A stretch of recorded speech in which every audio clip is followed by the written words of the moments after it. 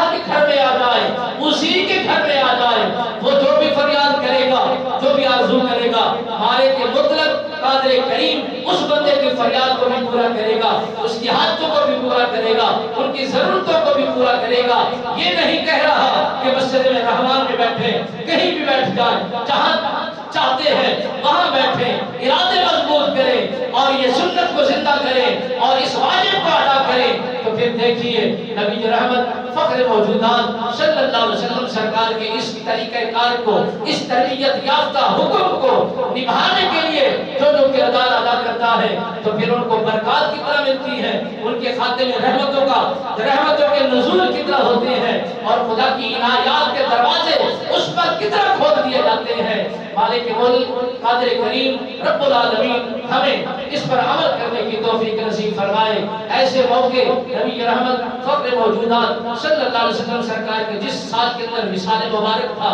آپ نے 20 دنوں کا اعتکاف فرمایا تھا، یعنی آپ کو خبر ہو گئی تھی کہ آئندہ سال ہمیں ملنے والا نہیں ہے۔ جی بھر کے، دل بھر کے، اطمینان کے ساتھ، راحت و سکون کے ساتھ اللہ کو راضی کیا جائے اور ان دنوں کو غنیمت سمجھتے ہوئے رب رحمان کو راضی کیا جائے۔ دعائیں مالک ملک قادر کریم ہمیں عمل پیرا ہونے کی توفیق نصیب فرمائے، ایسے دنوں کی قدر کرنے کی اہمیت